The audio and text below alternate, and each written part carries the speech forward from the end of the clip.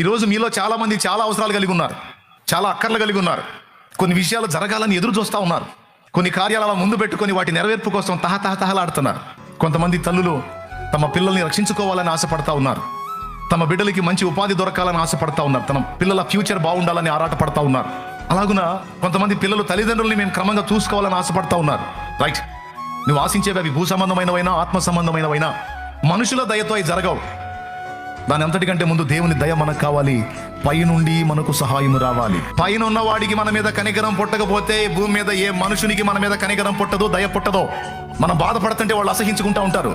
మనం ఏడుస్తుంటే అవతల వాళ్ళు విసిగించుకుంటా ఉంటారు. పాపం ఈ అనుభవాలు మీకు తగిలే ఉంటాయి. మనం కన్నీరు మున్నీరు అవుతుంటే అవతల వాళ్ళకి పెద్ద శోధనలా ఫీల్ అవుతారు. అంటే మనుషులకి మన మీద దయ పుట్టదు.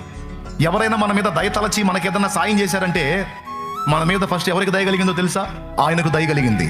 ఆయన దయ మనుషులు నిన్ను దయ చూపడానికి కారణమైంది.